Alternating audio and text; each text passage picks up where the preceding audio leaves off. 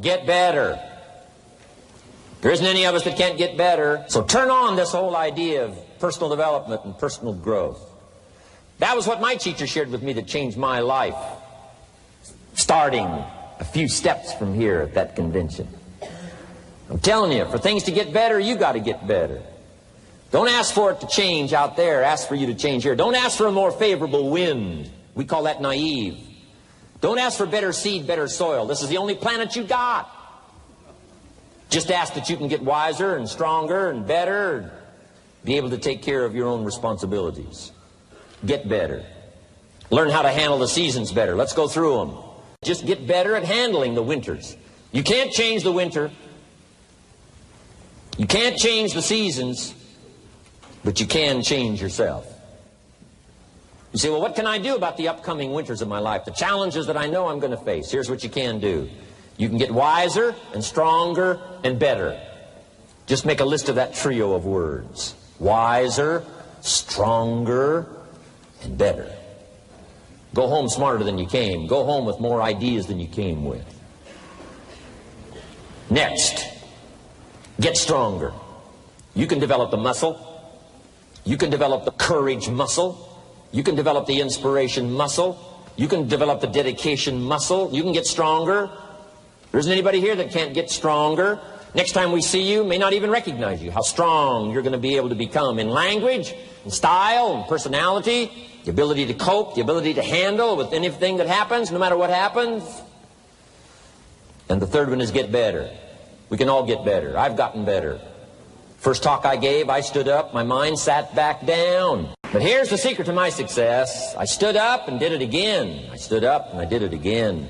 And I did it again, and I did it again all those many years ago. I did it when I was scared, and I did it when I didn't want to, and I did it when I was ill. And I did it when it didn't work well, and I did it when they didn't appreciate it, and I didn't a lot of times when I didn't know much what I was doing. I just did it anyway. And now all these years later, I'm asked to walk on this stage with the greatest introduction I've ever had, greatest response and welcome I've ever had, the greatest opportunity I've ever had to touch this many lives with a mixture of words and heart and soul. I got better. I got better day by day and week by week and month by month. And I'm asking you to do the same thing until you can develop a long arm and a long reach, until you can develop influence that won't quit. Touch people next year you couldn't touch this year. Touch people now you couldn't touch before. Conduct a meeting now you couldn't conduct before. Heart and soul now mixed in there that wasn't there, missing before. I'm asking all of you to get better in spite of the winters, in spite of the downturn, the money downturn, the social downturn, the personal downturn, whatever it is. Just get stronger. Get better. The key is not to wish for a better winter. The key is to wish for more strength, more wisdom, more courage, get better, get wiser, get stronger. Here's number 2. Learn to take advantage of the spring. Spring means opportunity. And we've got a fresh spring going here. It's called a spring like no other. A spring, an opportunity like no other for you. But here's the clue. Spring is not a guarantee of a harvest in the fall and the autumn harvest time. Here's what you must learn to do. Underline the 2 words if you're taking notes. Take advantage. Take advantage of the spring. Don't just be faked out by the spring because the nice weather has come and looks like everything is going to be a lot better. The winter's finally passed. The spring is here. I'm telling you, that's not going to do it for you. Just because the spring is here, it's not going to do it for you. You got to seize it with your own 2 hands and take advantage. Read the books. Study the tapes. Go back through your notes. Get ready to cash in on the spring. And now there's a sense of urgency here. Here's why. Spring doesn't last that long. Let's take advantage of it. It's called take advantage of the spring. And there's also an urgency here. How many springs have you got in a lifetime? Not very many. Life is brief at the longest. The Beatles wrote, life is very short. And for John Lennon, it was extra short. For Michael Landon, it was extra short. But it is short. There's an urgency here. Don't waste your springs. Don't just let them pass, hoping the time will pass. Take advantage. Last year it was seize the moment. And I'm asking you now this season to seize the spring opportunity. You've got a new organization going, seize the spring. You've got a new distributor going, seize the spring. You've got a new life situation going, seize the spring. Take advantage of it. Don't let it pass without giving it the best of your two hands and your attention. Number 3, first, learn how to handle the winter. Second, take advantage of the spring. Number 3, in the summer, learn to nourish and protect. We've got some major challenges now come summertime. One is to nourish our values, take care of them, feed them. Don't let them go hungry. Don't let them go wanting in nourishment and care. And then here's something else we've got to do in the summer.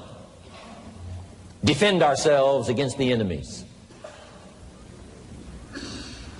Summertime is a unique time. It's a time of opportunity. It's also a time of challenge. But whatever threatens you, I'm asking you to threaten it back. Take care of your responsibility, but don't take anything off of anybody. Somebody wants to destroy your chances for a good future by their negative talk, negative thinking, putting it all down. I'm telling you, walk away if you have to. Walk away.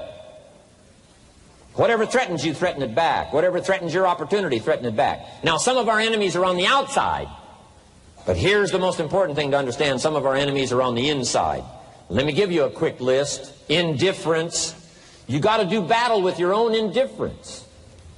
Boy, it's easy to coast, especially if you've accomplished something, extraordinary. Now, somebody says, I got to relax. Here's the key. Not too long. The weeds will take all you plant if you rest too long. Don't rest too long. Indecision. You got to make those decisions. The ones that don't turn out to be good gives you experience to make better decisions. Don't let much time go by without making some decisions. The ones that you can make quickly, make them quickly. The ones that take time, take your time. But get those decisions made. Don't let indecision be an enemy, rob you of the future, empty your bank account, leave you with zero in the purse. Don't let that happen. The next one is doubt. Sure, there's doubts on the outside. People doubt that America's going to make it. People doubt that Europe's going to make it. People doubt that Russia's going to make it, that Poland's going to make it, that Czechoslovakia's going to make it. They doubt the whole world is going to make it. But I'm asking you not to pick up all those doubts.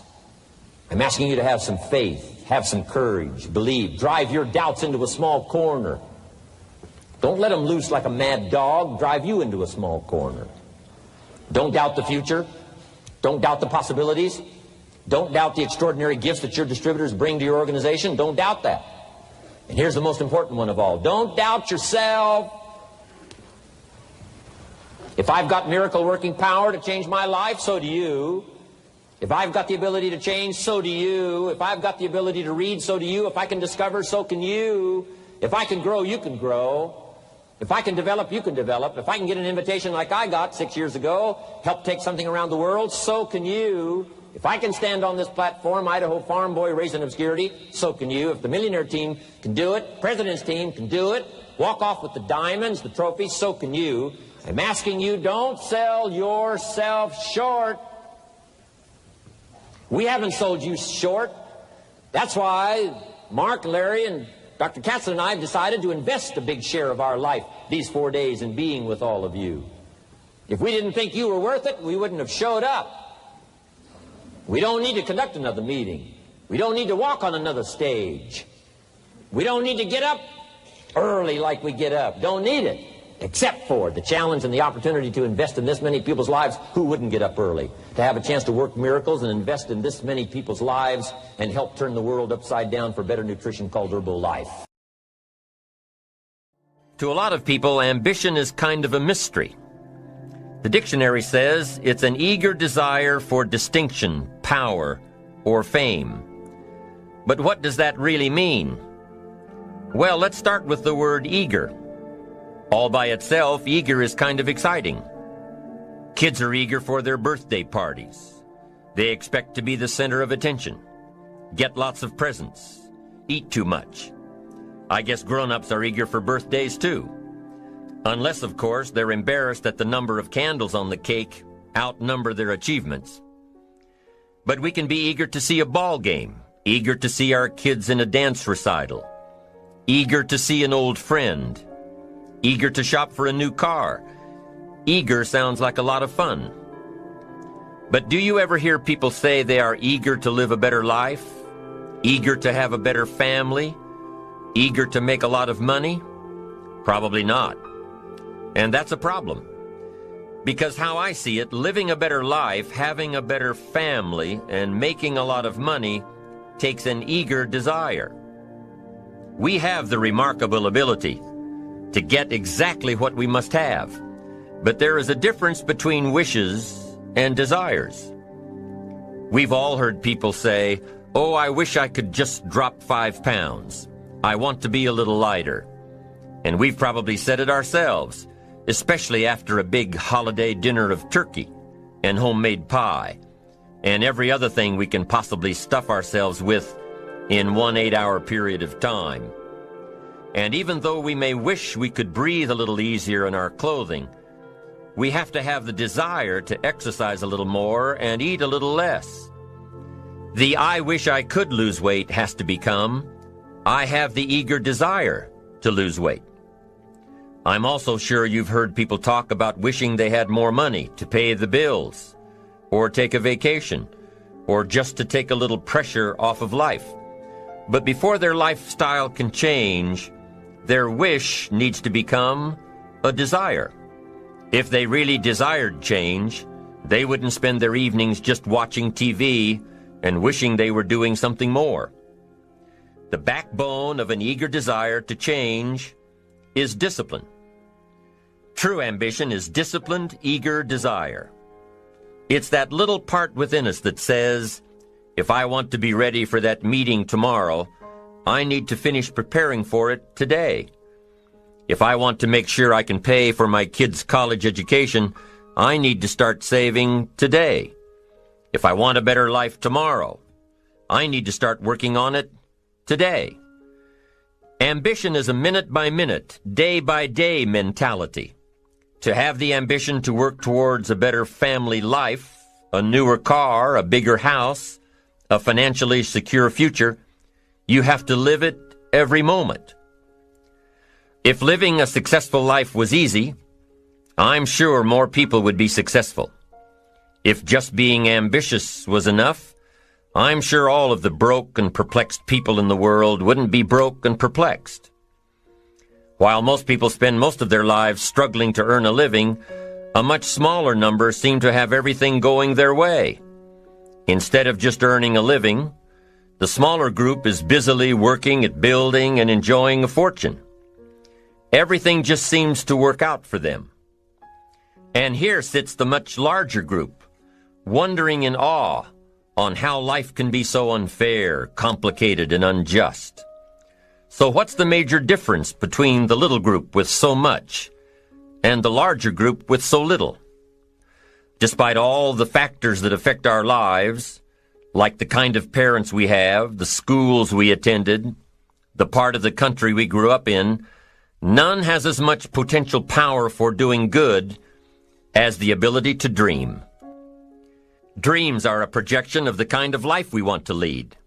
Dreams can drive you. Dreams can make you skip over obstacles. When we allow our dreams to pull us, they unleash a creative force that can overpower everything in our way. To unleash this power, though, your dreams must be well defined. A fuzzy future has little pull power. Well-defined dreams are not fuzzy. Wishes are fuzzy. To really achieve your dreams, to really have your future plans pull you, your dreams must be vivid.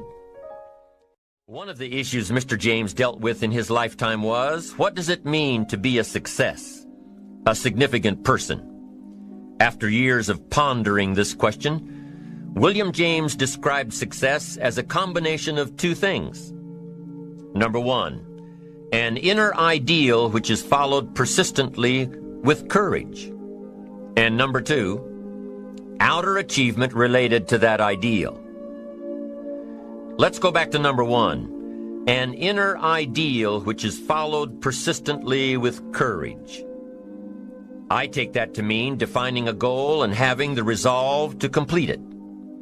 No matter what, I'll do it or die. Promise yourself you'll read the books until your skills change. Go to the seminars until you get a handle on it. Do it until it makes sense. Practice it until you've got it right. Don't give up until you get where you want to be, however long that is. Step by step, piece by piece, book by book, seminar by seminar, do it until. Go for it. Until is a very important word. It's magic. It means that you'll never give up. Don't miss the chance to grow, to pay the price. Until you learn, change, grow. You'll discover some of life's great treasures when you pay that price. William James' second part to success dealt with the outer achievement related to that ideal. You need both aspects to really be a success. But what Dr. James realized about his philosophy of success was that the first part is indeed more important than the second. Going for it. As long as you're working toward your inner goal, your dream, then success is possible. But once you give up your inner vision, then you can never become successful. You never will become successful. Until doesn't even matter. Now, maybe the person who's been working on a project for 10 years can be successful in his own right, if he's honestly working toward it, doing everything to make himself worthy of reaching the dream, really happy with where he is, doing it until. Then maybe he is a success. It's a personal thing, going for it one step at a time. Going for small accomplishments along the way for however long it takes. So let's think about this for a moment. What outside evidence or results or proof can be seen when you accomplish your goals one step at a time? You'll start to see things change around you, little things, not major things, but little everyday things, things you may not even notice unless you are paying attention. If you're one of those who'd rather stay up late and get up late, only to discover that your workplace doesn't fit your schedule, and you roll out of bed cursing the alarm clock every morning, maybe you could start with the little change of going to bed half an hour earlier than normal. And maybe you'll see, in time of course, you can't train your body overnight, maybe you'll find out that you jump out of bed in a better mood, and that your day will start better, and that you'll get more done, and that the people around you that caused you problems aren't so hard to work with after all. It all starts by making one little change and adding to it every day. You see, you can't change what's going on around you without first changing what's going on within you. Start changing how you look at mornings, and sure enough, people will start changing how they look at you. When you start changing how you think, how you act, how you treat others, how you treat yourself, when you start responding instead of reacting to life, life will start responding to you. I'm telling you that you can do it with your lifestyle. You can do it with your sales career. You can do it with your management career. You can do it with any part of your life. You cannot believe what can happen in such a short period of time. So you ask yourself, what small changes can I start making today? Well, you can start in your car on your way to work. If you're sitting on the highway, stop-and-go traffic, moving at about 15 miles per hour tops, look at the guy or the lady sitting next to you and give them a smile, or thumbs up, or even wave. Now, some people might think you're a little strange, but hey, you'll feel better. And tomorrow, when you get into the office, how about a big cheery hello to the people at the front desk, and everyone you see on the way to your office? And when you get home tonight, how about giving your wife or husband and kids big hugs instead of collapsing on the sofa? When you start with the little things that make others happy, improve their day, you'll find that these little things add up to big ones. So what happens when you start taking charge of your own personal happiness, your own life? Do you think that these little things will somehow make a difference in meeting your goals? You bet they will. You can't do it alone. You can't be successful by yourself. It's hard to find a rich hermit, you know. The ambitious person realizes that each of us needs all of us. You all by yourself may have finalized the company's marketing plan, or finished up the sales projections, or even wrote the mission statement for the year to come.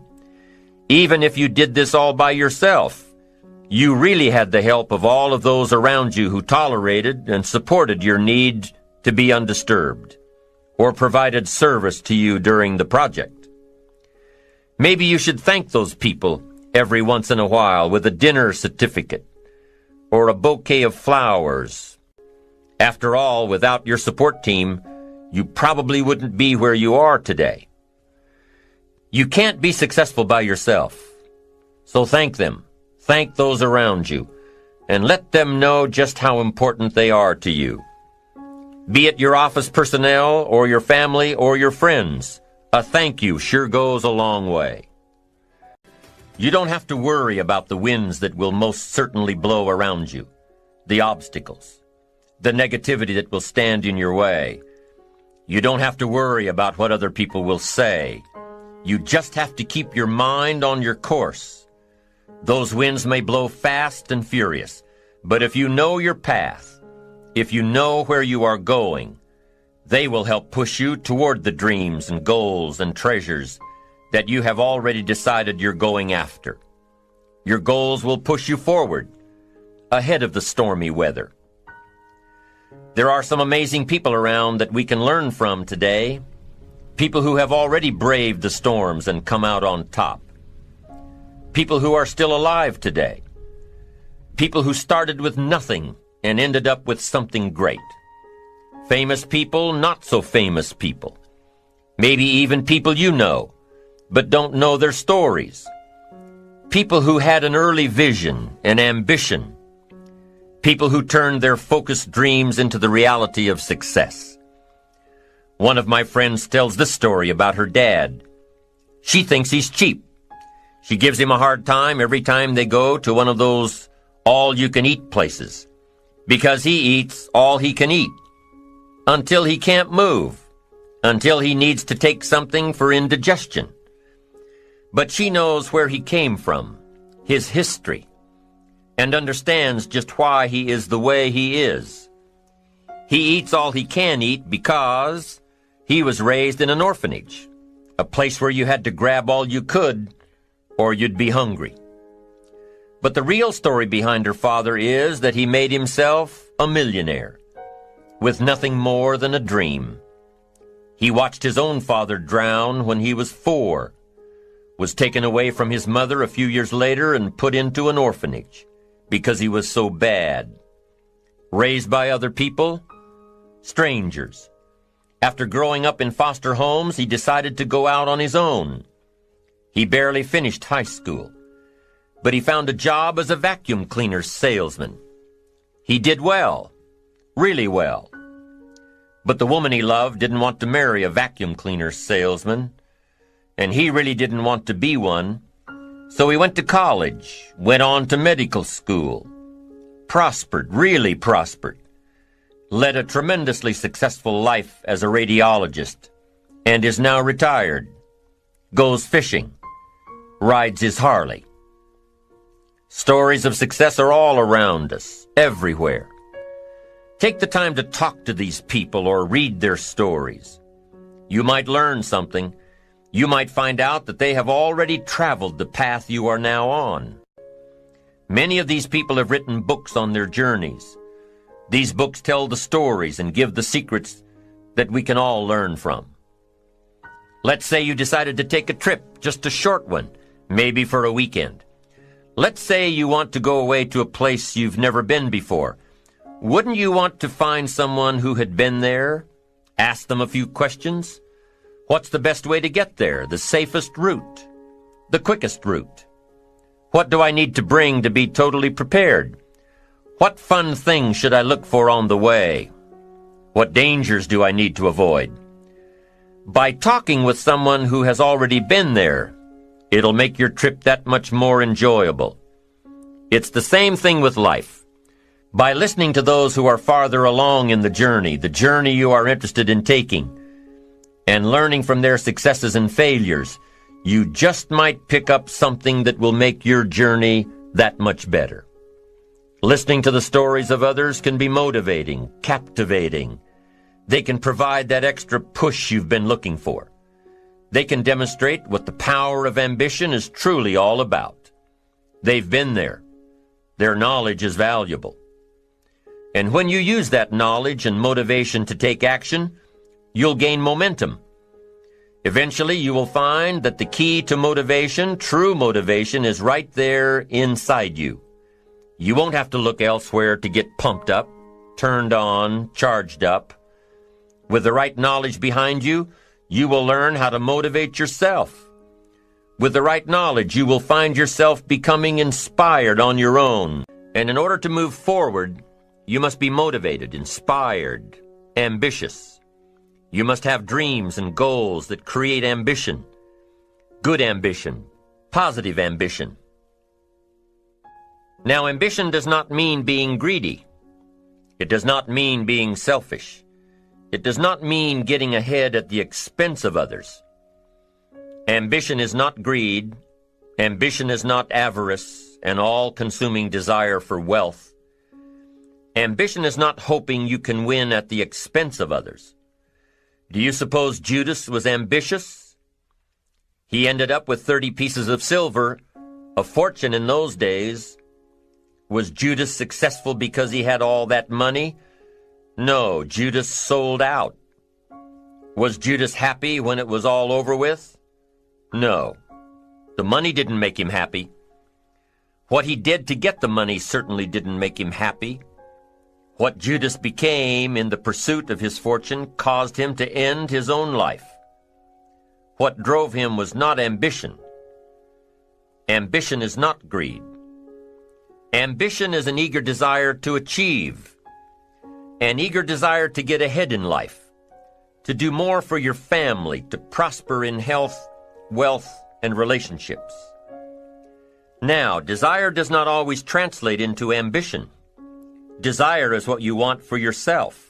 A bigger house, a better car, a fatter bank account, a better life. I desire to have these things. Ambition is how you get there. Desire is sometimes healthy. Desire is sometimes unhealthy.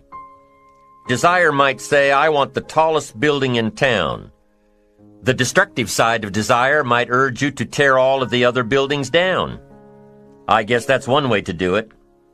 You might get away with tearing down the first one and maybe the second one. But in your desire to tear them all down, sooner or later, some guy is going to be standing out in front of his building saying, I'm on to you. Get out of here. And pretty soon you're no longer known as a builder. You're known as a destroyer. Now, the second way to have the tallest building in town is to see it, dream it, and plan it, and put your team on it, work on it. Go through all of the steps to get there. Do it right. Have the ambition to be the owner of the tallest building in town. And go through all of the right steps to get there. If you really want it, and have the skills to do it, and the patience to weather all of the storms, your ambition will lead you there. We get paid for bringing value to the marketplace. Now, it takes time to bring value to the marketplace. However, we do not get paid for time, so we cross that out. Mistakenly, the man says, I'm making about $20 for an hour. Not true. If that was true, you could just stay home, right, and have him send your money. So that's not true. We don't get paid for time. We get paid for value brought to the marketplace. Now, since that's true, here's one of the key questions of my talk to you today. Is it possible to become twice as valuable to the marketplace and make twice as much money in the same time? Is that possible? The answer is yes. Could you become 3 times as valuable as you might be right now to the marketplace and make 3 times as much money? in the same time? And the answer is yes. 5 times, 10 times? Of course. America is unique. It's a ladder to climb. It starts down here, let's say, at $5 an hour, and it keeps going up. Top income last year, $80 million. The guy who runs Coca-Cola. Now, that's a heck of a ladder. That's why everybody wants to come here, right? The boat people are not headed for Vietnam. People haven't plotted and schemed for 50 years saying if I could just get to Poland, everything would be okay. Not true. Everybody wants to come to America. And the reason is because we've got the best wind ever blowing in our favor. We've got the best economic opportunity anybody's had in 6,500 years. And all you have to do is understand it and take advantage of it. Now, there's some key questions to ask here. Why would the marketplace pay someone only $5 an hour? Very simple answer. They're not very valuable to the marketplace. Now, we must underline to the marketplace.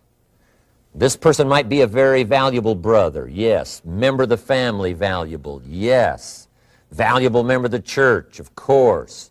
Valuable citizen of the country, yes. Valuable in the sight of God, no doubt. We're all of equal value in the sight of God. But if you're not very valuable to the marketplace, you don't get much money. You say, well, it shouldn't be that way. Well, then you got to start your own country. You know, this one's been in process for 200 years, and this is the best we've been able to come up with so far. But here's the key. You don't have to stay here. Now, there was a big debate in Congress last year that this $5 was not enough, should be 6, should be 6, should be 6. But we don't need legislation. 6 is already on this ladder. The next step up. You know, if you work for McDonald's, they'll pay you $5 an hour to take out the trash. If you whistle while you take out the trash, they'll pay you $6 an hour. So we don't need that legislation. You just need to take lessons on how to whistle. Have a good attitude. Now, as you begin to climb this ladder, why would the marketplace pay some people $50 an hour? Answer, evidently, they must be more valuable to the marketplace. 10 times more valuable. And is that possible for someone to be 10 times more valuable and earn $50 an hour instead of 5? And the answer is yes. That's what America is all about. Now, why would the marketplace pay some people $500 an hour? Evidently, this person must be much more valuable to the marketplace. That's what's important to understand, to the marketplace. And would the marketplace pay one person $80 million for 1 year's work? And the answer is, of course. If you helped a company make $1 billion, would they pay you $80 million? I'm telling you, it is possible. And that's why America is so exciting. That's why this financial ladder is so exciting. It's possible for all of this to come true for all of you, no matter where you start. As a student in school, just getting started out there in the workplace, this is all possible for you. Now, Mr. Schoaf gave me the clue on how to climb this ladder as high as I wanted to climb. Now, we're talking primarily economics here. There's a lot of other ways to become valuable to your family, valuable to your friends, valuable to the community, valuable to the team, right? Valuable to the team effort, valuable to the concert. But here's what he said to me. In climbing this ladder economically, all you have to do is work harder on yourself than you do on your job. Once I heard that, it made sense to me. I kept hoping that everything else would change around me, found out that if I went to work on myself, worked on my skills, worked on my language, if I became better than I was each year, if I grew in skills and language and vocabulary and competence, then I would become attractive to the marketplace. Not very long ago, a company called me and said, Mr. Rohn, we're expanding internationally. We'd like to have a bit of your expertise to help us. Would you give us a bit of your time? We'll add some millions to your fortune. And I said, okay. And I thought later, isn't that interesting? They would call me. Then my second thought was, of course they'd call me. Who else would they call? I can get the job done. Now, what a contrast for me, farm boy from Idaho, raised in obscurity, parents of modest means, broke when I was 25. How come I would get a telephone call and someone offer me a lot of money to help them in expanding around the world. Simple answer, evidently. Something happened to me between age 25 and where I am today. And I can tell you where it all started. From my teacher, Mr. Schoaf, who said to me, we don't have to change what's going on out there. That's the wind that's blowing. All we have to do is change what's going on in here. And now there's several ways to do that on personal development. And let me give you those ways. Here's the first one. We must learn from personal experience. Pretty simple. Learn from what happens to you. Take a look back over the last few months. Did you make some mistakes? How could you correct those for the future? Take a look back over the last year. Have you done it right or done it wrong? Let's correct it for the next year. Learn from your personal experience. Mr. Schoaf asked me when I first met him, he said, Mr. Rohn, how are you doing? You've been out there now 6 years. And I said, I'm not doing very well. He said, I suggest you not do that anymore. What a simple, swift analysis to my situation. He said, if you keep doing it, the next 6 years will be like the last 6. You don't want that to happen. Let's make the changes. So learn from your personal experience. Now here's number 2, why I came to share this video experience with you today. And that, I call it OPE, other people's experiences. That's me, other people. That's your teacher, other people. That's your friends and colleagues, other people. The people you meet that can pass along to you their experiences, what's happened to them, the mistakes they made, how they corrected them, how they changed their health and changed their bank account and changed their income and changed their future. That's it, other people. Now there's 2 kinds of people to learn from. One is failures. It's too bad failures don't give seminars, right? That would be valuable. Bring your notebook, have them tell you how they lost it all and threw it all away, threw their health away and threw their friendships away and things didn't work out well. That would be valuable. But now then we must also learn from positive, people that have done well. They've got the health, and so we ask them, how did you become so healthy? They've got the skills, so we ask them, how did you become this skillful? They've got the income, so we ask them, how did you get here in such a short period of time? So now here's what's important in personal development. In learning from other people, we learn, number 1, by observation. We learn what we see. We watch people that are successful in what they do. In sports, we watch their disciplines. In business, we watch their disciplines. By observation, what we can see. The reason I created this...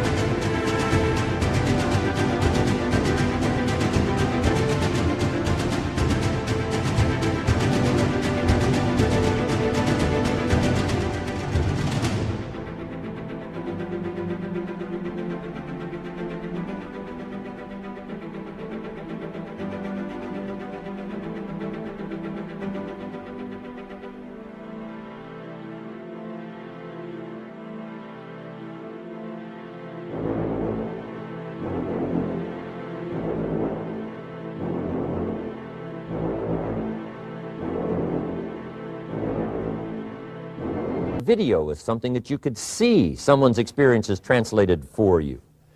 Second, we learn by what we hear. I've got some of my lectures on cassette tapes, so you can take them with you wherever you go and learn by listening. Turn your car into a mobile classroom and listen. And then listen to the sermon on Sunday morning. Listen to the lectures. Listen to the teacher. Listen to someone who's got something good to say. And then number 3 is vitally important on personal development, and that is read all the books you can possibly read in your lifetime. Mr. Schoaf got me started on my library. I've got one of the better libraries. Haven't read everything in it, but I feel smarter just walking in it, my library. At least I was smart enough to buy it. Now I got to be smart enough to read it. And then, of course, I got to be smart enough to decide what's valuable and then do it. But this one is very important. Become a good reader. Some books that helped change my life. Mr. Schoaf recommended, of course, the Bible.